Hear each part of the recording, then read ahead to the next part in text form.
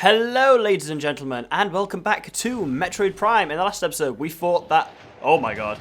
We fought that weird creature here, the kind of cloaked shadow drone thing that doesn't actually have a name because you can never actually scan it in-game. But yeah, we fought it, we beat it, and for doing so, we got power bombs, which I'd love to show off now, but I'm not going to. Because power bombs, unlike regular morphball bombs, rely on ammunition, more like missiles, and at the moment... Well, we do have 4, and we can get up to 8 in total, but it's a kind of a bit of a waste. They're something that they are extremely useful, and so I want to avoid using them unless I have to. That is rubble there, that is some more Bendezium, and that's where we will need to go eventually, but we can't actually do anything through there for now. That's our way deeper into the mines, but for now, we actually need to go a fair distance backwards, because there's... Essentially, we can't get any deeper into the mines for now. I'll explain why when it comes round to it. But we can go further back in the mines and explore some new areas, which gives us some new power-ups, and then explore a bit further around the world to get what we need in order to kind of proceed back up. So, what I'm going to do is just come back to this room up here, and then basically...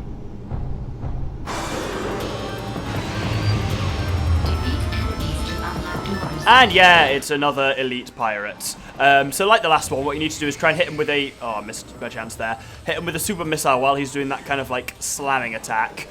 If he's not doing that attack, he's basically just going to absorb beam shots. Or not, apparently. Basically, if he's got his hand up, then he's in absorbing mode. But he's not at the moment, actually, yeah. 2 good super missiles to the face should work. I think my first one actually missed. Wave Buster's also quite effective on him during that time as well when he's exposed. But yeah... That's it, pretty straightforward. They used to terrify me in the same way that kind of Sheegoths did. I guess when I was a kid, I was just afraid of pretty much any big enemy. Anything that can like come up to you and just physically like intimidate you, I think always used to freak me out as a kid. But less so now, because I've learned. Anyway, what we need to do here is come over here and, oh, look at that. It's some Bendezium. We'll be finding that in a lot of places now. I do love that sound effect. And yeah, that opens up access to this door. Which is something we haven't seen in a while. It's a map station! Yeah, these still exist. And this is one for the mines and shows you how hideously complicated this map is.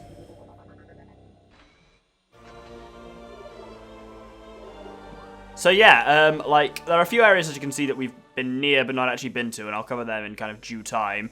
But yeah, Phazon Mines as a whole. Not only is it big, but it's split into 3 sections. Kind of like these green bits... Like the green triangles are elevators that link together, so then the pink one there links to pink there, and the kind of yellow links to yellow. So it's kind of 3 sections, A, B, and C. For my map that I've got, it's much more clearly done, but basically, yeah, like C, B, and A, kind of like that. Bit of a nightmare to navigate around, at least on that map, so mine's kind of flattened and more simple, the one you'll see for when I'm travelling around. Though we won't actually be doing that much fast travelling around the mines, I don't think. Anyway, if we come here, remember this room, the ventilation chamber. It says we're taking damage, but you take damage actually extremely slowly. If we scan this kind of fan construction, it says ventilation fan is working at minimal level. Activation of vent system will bring it to full power. How do we do that, you ask? Well, there's this vent on the floor. If we scan it, clear air flowing from this Bendezium grate. Yeah, you can see what the kind of theme of this episode's going to be. Now, we're safe from the toxin in here, and if we come through here, we can start the ventilation system going again.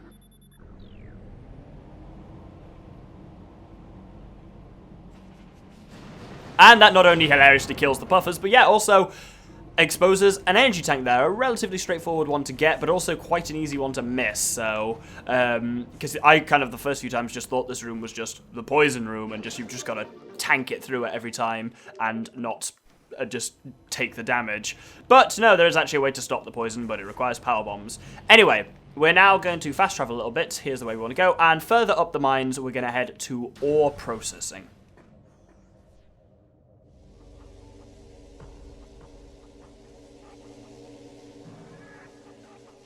Now, when we first came here, as you can see at the top, there's kind of 2 different rooms, and I kind of said we only kind of went one way through the puzzle. We took the blue track up to floor 1, then the red track up to floor 2, and then we kind of jumped up, came up there from here. But, as you can see, the yellow track goes to floor 3. But in order to use the yellow track, we need to get to this 3rd bit that's behind all this rubble.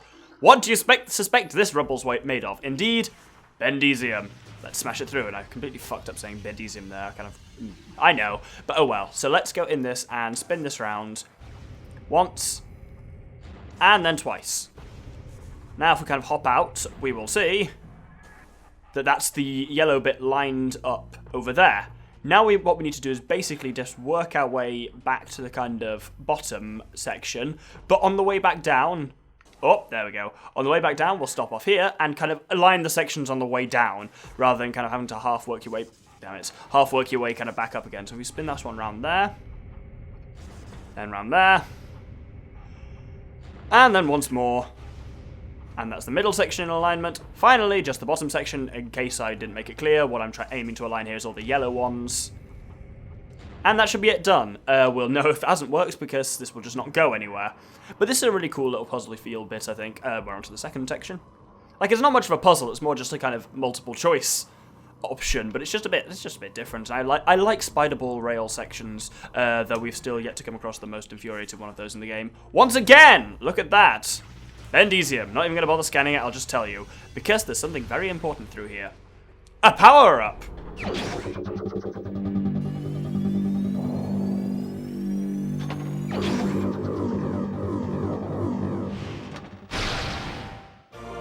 Yeah, remember this? The final thing we had on the Orpheon that we don't have now, but now we do, the grapple beam. Press and hold Z to lock onto a grapple point and grapple. I said grapple a lot there, it kind of lost its meaning.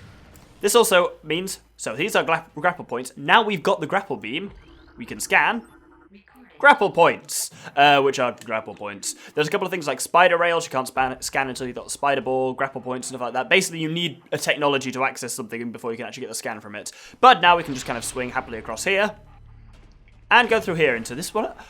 I have a strange attraction to this room. I just really like it. It's called waste processing, I think. No, waste disposal. And it's just this little kind of waste disposal section. You can see it's just designed for kind of filtering waste out. And if we come up here, then we get through here. It's just got a cool little look at this kind of like tank thing. And kind of when you're done, you just come down to the bottom here, slip out, and the waste is disposed of. Nice little thing. But this actually connects to somewhere we've been before. So now, angry space pirates. But yeah, we're back at this bit, the main quarry. Oh my god, there's a hell of a jump. Well played, sir. Off you go. Oh no, he's standing in midair. Yeah, so basically this is a kind of one-way back to the main quarry from further down. But it doesn't have to be one way, because if we scan this, then the crane will spin round, and now we can therefore spider ball over to here.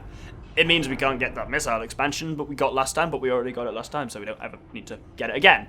Because yeah, now the crane's kind of sitting there, and also, got a grapple point on it.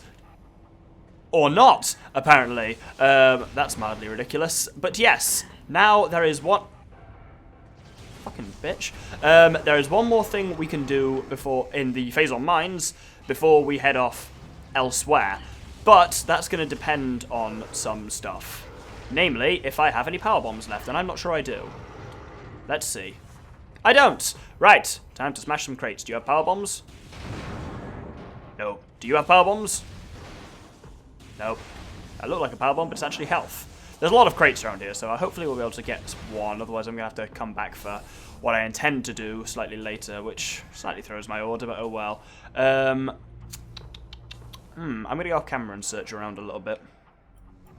So after a bit of a search, I managed to find one missile in a crate. Not missile, power bomb. But that's all we need, I suppose, for now. Because if we come through here, and then this little bit here, this crate, guess what it's made of, I meant to say. Guess what is what I actually pretty much nearly said before I corrected myself. But, oh my god, it's one of them explosive crates through here. And a missile expansion, bringing us up to a grand total of 155, which is very high. Anyway, now we're going to head out of the mines and back to Talon Overworld to the Great Tree Hall. Now, last time we were here at the Great Tree Hall, we came in from underneath. This is how we kind of access... This is where the Frigate Orpheon led to. And as you can see, there's actually 3 doorways connecting out of here. But we didn't bother going up anywhere last time. And we can kind of vaguely go up here, but we just kind of haven't. Because we could have made it this far easily, but eventually we hit a point where we need to grapple. Can open this, but only from this side. This is kind of because there is a way to get to this Great Tree Hall other than the Frigate Orpheon, and that's to kind of stop you from getting to the Phazon Mines too early. But as ever, I don't go to an area unless we can actually do something there, so I haven't bothered being here so far. Blood Flowers, as you're noticing, are another enemy you can quite easily kill with just a Ice Beam and Missile. blast rather than needing to do anything fancy involving hitting their shot back to them like how you're supposed to kill them. Oh, this is a cool little thing. It's just a standard spider ball rail section, but it just looks really cool because it's all twisty and bendy. And we actually skip past that part now and come up onto this bit, and then we let go and then hold Z again. Oh, nope. Let's try that once more. Hold left, let go, hold Z. There we go, and transfer kind of down. I'd say there's 3 doors out of here, but we're only going for one of them for now. Obviously, we're not going to go for multiple doors at the same time. We're going for this door. Are we? This doesn't feel right. Oh, no, we are. This does feel right. Please don't be made of Bendezium. Oh, it's going to be made of Bendezium. Actually, I've got a power bomb. We're fine. Yeah. So this is the life bomb tunnel, life grove tunnel, and it's got this kind of U-bend system in it here, and there's actually a cheeky little power-up we can get here. This is probably one of the easiest power-ups in the game to miss. Come up here, drop a morph ball bomb. Missile expansion, yeah, that's a shitey one, and that's, if someone's not quite 100% of this game and they're just kind of missing 1 or 2 missile expansions, fair bet that one of them will be in there, because it's very difficult to hear the power-up sound here as well. Anyway, we kind of can proceed on. And into this thing. There is somewhere. Okay, maybe it's not doing it. Anyway, there's a power up here.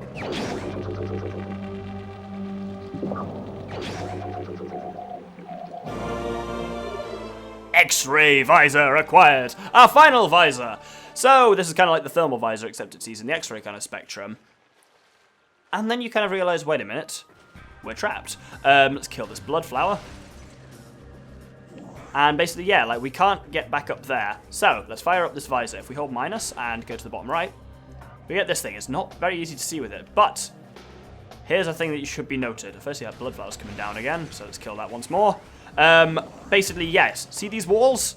The X-ray visor shows that they are not real. You can just see through them. If we bring up the scan visor, then it will explain. Oh, nope, there we go. Analysis of wall shows rampant weakness and severe water saturation. What do you think these walls are going to be made of, if I can ever say saturation? Large traces of Bendezium detected. And what I was going on about with the blood flowers is there's a... There we go. That breaks all of them, actually. Yeah, there's a blood flower that constantly spawns behind you and always drops a power bomb, because you're literally trapped here if you haven't got any power bombs. So that's kind of like useful to know. And this is kind of cool, because now we go entirely off the map here. Like... If you look at the map, we are actually off the edge of it, and most of this area of the Life Grove is actually beyond the reaches of the map, which is quite cool. Anyway, there's a few things we can do here. Firstly, this is a really difficult one to tell, but if you bomb this grate, this kind of pillar thing rises up. And it's got a spinner underneath it. Go into it. Spin the spinner.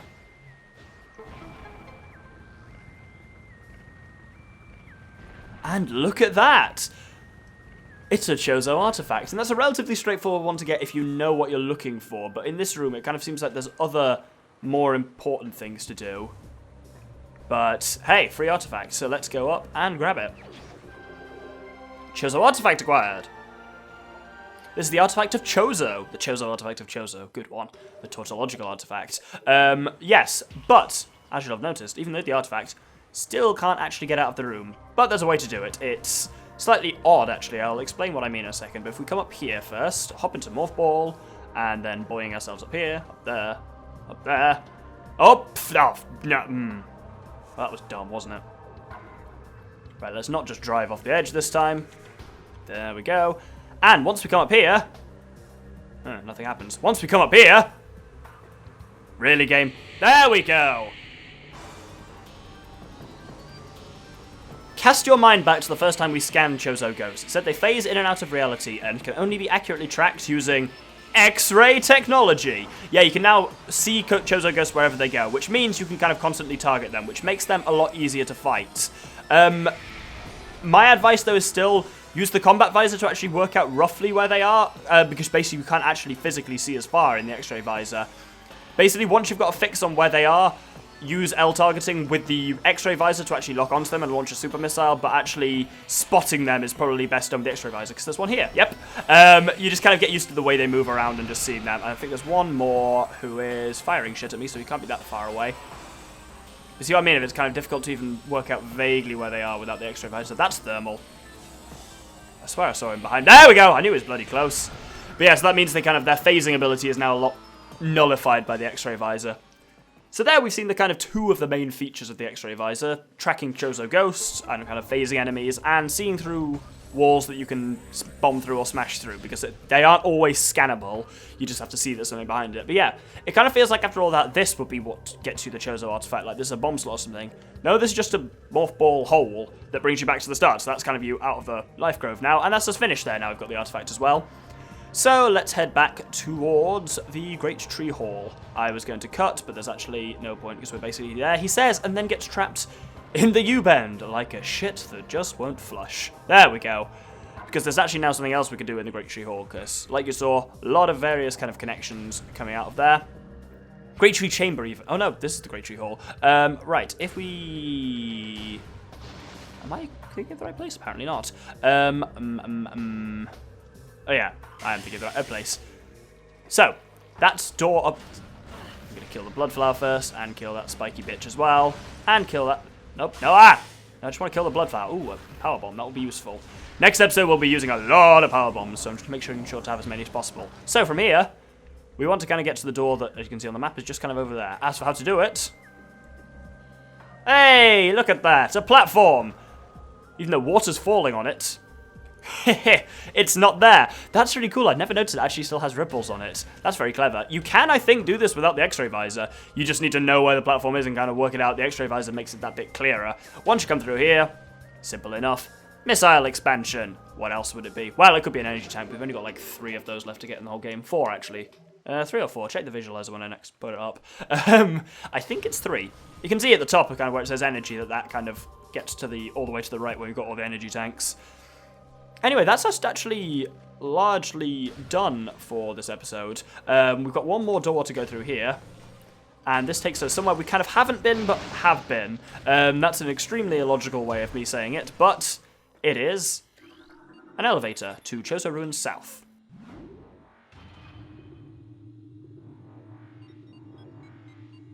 Now, I discovered this elevator by accident, but didn't use it, because this, you will recognise the area, because you can see from the map we've actually been here before. This is the reflecting pool. And yeah, we actually kind of came through there, and I went through that one where I meant to go through another one to Talon Overworld, but there's another link between Talon Overworld and Chozo Ruins.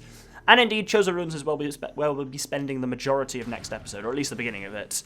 So this is back to the kind of Hall of the Elders, and this is something I didn't point out as well. If you scan that thing, it takes that shield offline, so we can come up here without having to use the statue in the future, which is kind of more useful.